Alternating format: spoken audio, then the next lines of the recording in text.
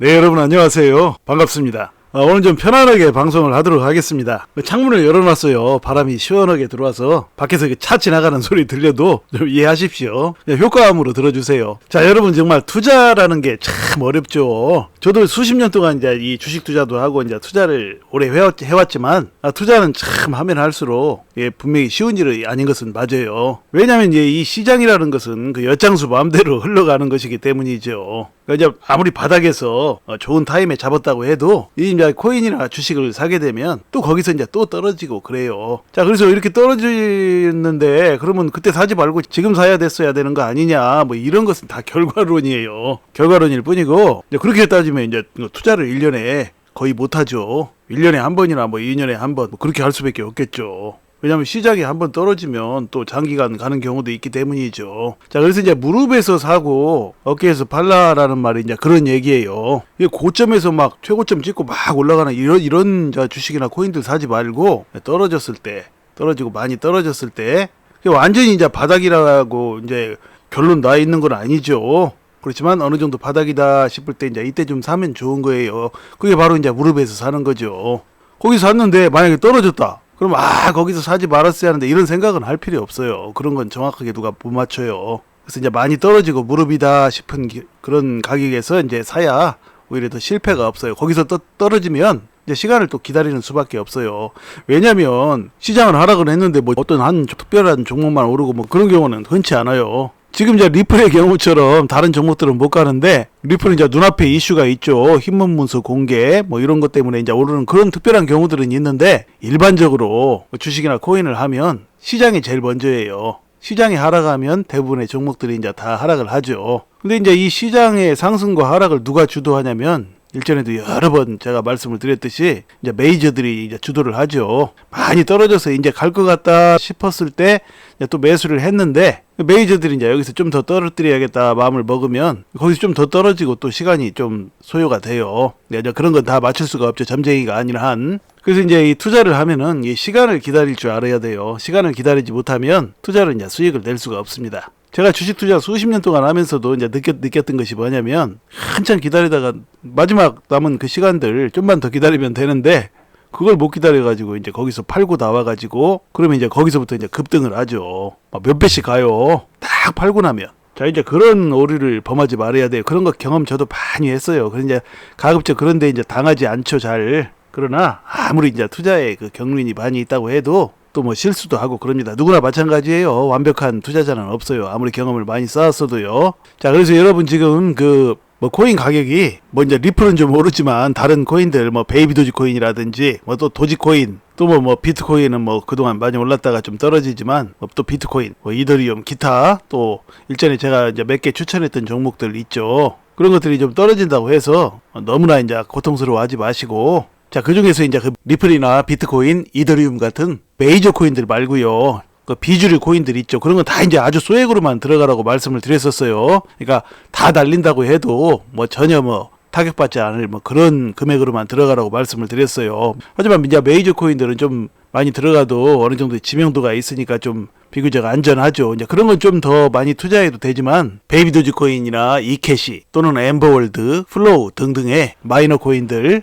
그런 코인들은 그렇게 이제 아주 소액으로만 그렇게 투자를 해야 합니다. 그래야 이제 떨어져도 전혀 힘들지가 않죠. 자, 그래서 지금 리플 말이죠. 이 리플이 간밤에 제법 하락을 했네요. 자, 항상 뭐 시장에 좀 열광을 할 때는 잠시 또 조심을 할 필요가 있어요. 지금 한국에서 저 리플 거래량이 전체 알트코인 중 1위라고 그래요. 그러니까 이더리움도 제쳤다고 그래요. 한국은 하여간에 그냥 어떤 분야에서든지 뭐 그 열광을 많이 하죠.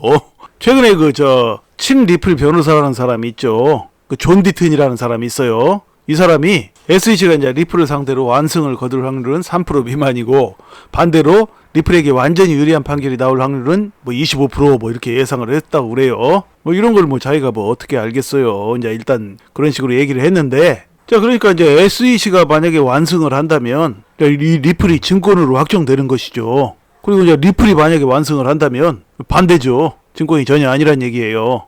존 디튼 변호사는 이제 또 SEC와 리플 양쪽 모두에게 불리한 방식으로 이제 분쟁을 해결하는 부분 판결, 그 부분 판결 확률은 50%이며 이 경우에도 리플에 유리한 판결이 될 수 있다고 설명했다 그랬어요.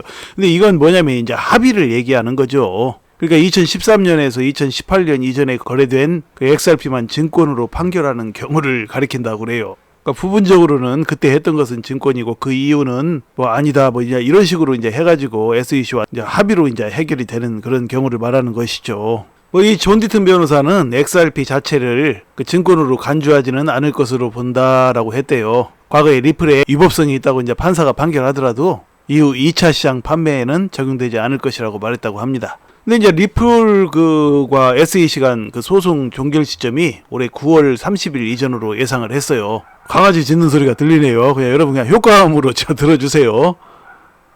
밖에서 나는 거예요. 저희 집은 개 안 키웁니다.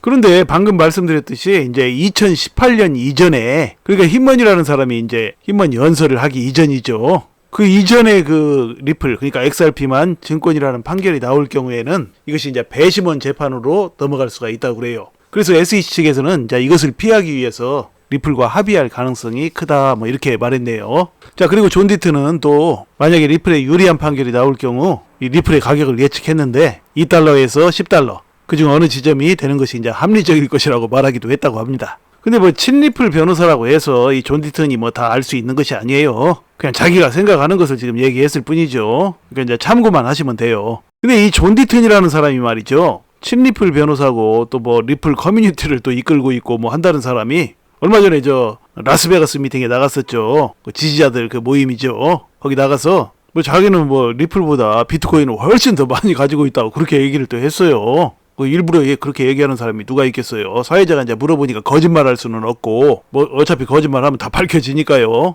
자, 그래서 이제 리플보다 비트코인을 훨씬 더 많이 가지고 있다고 그랬어요. 그래서 이제 그 이 존 디튼이 이제 지지자들로부터 이제 많이 인심을 잃었죠. 그럴만하죠. 뭐 리플 지지자고 친 리플 변호사고 뭐 리플 커뮤니티를 이끌고 있고 뭐 리플에 완전히 애착을 가지고 있다는 사람이 리플보다 비트코인을 훨씬 더 많이 가지고 있다고 하면 그게 말이 됩니까? 그래서 이걸 무마시키려고 또 이제 존 디튼이 그렇게 말했다고 그래요. 뭐 투자 전략이니까 뭐 이해해달라 뭐 그랬다고 그래요. 그게 뭐 말 같지 않은 얘기죠. 무슨 투자 전략이기는 투자 전략이니까 더 안 되는 거지. 원곡결에 뭐 키보드를 잘못 눌러서 샀으면 그건 이해가 가지만 투자 전략으로 지금 리플보다 비트코인을 훨씬 더 많이 가지고 있다라는 게 그러니까 더욱더 이해를 못하는 거죠. 지지자들이 말이 안 되는 얘기예요. 왜냐면 지금 리플과 비트코인은 지금 투자 전략에 어느 정도 대척점에 있다고 보면 돼요. 그러니까 리플이 만약에 잘못되면 비트코인이 큰 수혜를 입죠. SEC에서 이제 비트코인 빼고는 다 증권이라고 했으니까요. 하지만 또 리플이 잘 된다고 해도 비트코인은 타격을 입을 일은 없죠. 그러니까 리플이 소송에서 SEC에게 승소를 하거나 또는 서로 합의를 하는 그런 좋은 결과가 나온다고 해도 그렇다고 해서 뭐 비트코인 가격이 하락하거나 그러지는 않아요. 그러니까 비트코인은 리플이 뭐 승소하든 패소하든 어떻게 돼도 지장은 없는데 중요한 것은 만약에 리플에게 안 좋은 결과가 나왔을 때 비트코인은 훨씬 더 큰 수혜를 입는다는 얘기죠. 이제 그런 부분에서 리플과는 어느 정도 대척점에 있다라는 얘기예요. 그런 상황에서 존 디튼이 리플보다 비트코인을 훨씬 더 많이 가지고 있는 것이죠. 그러니 욕을 안 먹을 수가 있겠습니까? 자, 그래서 이제 이것만 알으면 돼요. 믿을 사람 없어요. 이 존 디튼도 몰라요, 이거. 판결이 어떻게 나올지. 지금 존 디튼이 이런 식으로 떠들게 되면 오히려 재판 결과는 그 반대로 나올 확률도 있어요. 왜냐면 주식이든 암호화폐든 이 투자는 엄밀히 말하면 남의 돈을 따먹는 승자 소수의 게임이기 때문이죠. 자, 그러므로 지금 리플을 두고 전 세계 그 유명 인사들이 너도나도 해대는 그 장밋빛 전망들을 철석같이 믿으면 안 돼요. 그냥 참고만 해야 합니다. 자, 그래서 이제 이렇게 우여곡절을 겪어서 이제 소송이 끝나고 나면 이제 리플이 이제 기업 공개를 할 가능성도 제기됐어요. 기업 공개. 최근에 그 뭐 로드쇼도 하고 거기에 뭐 내놓으라는 주요 인사들이 뭐 대거 참여했죠. 그러니까 리플에 대해서 굉장히 그 전망을 밝게 보는 거예요. 많은 사람들이요. 투자를 하는 사람들이. 일전에도 말씀드렸지만 저 주식과 암호화폐를 통틀어서 이 리플만큼 가슴 설레는 종목도 없다고 그랬죠. 그러니까 뭐 나스닥에서도 뭐 리플을 띄워주고 막 그랬죠. 리플이 그 메타코라는 회사를 인수하니까 뭐 그걸 또 이제 축하해주고 그랬어요. 나스닥 측에서 리플의 전망을 엄청 밝게 보는데 그 정확히 잘 본 거예요. 리플은 이 암호화폐 회사인데도 앞으로 이제 엄청난 돈을 벌어들일 그런 요소들이 차고도 넘치죠. 다만 지금 소송건 때문에 갈 길을 제대로 못 가는 거죠, 리플이. 자, 소송건만 만약에 이제 승소라든지 합의라든지 그런 쪽으로 이제 해결이 되고 나면 리플은 엄청나게 날아갈 것이라고 저는 봅니다. 리플 투자자들의 인생을 바꿀 만한 놀라운 수익을 거두게 될 것이라고 봐요. 부디 조만간 리플에게 유리한 결과가 나와서 리플에 투자하는 모든 분들이 큰 수익들을 거두시기를 간절히 소망합니다. 자, 이야기를 마칩니다. 여러분 시청해 주셔서 감사드리고요. 항상 건강하시고 행복하세요. 감사합니다.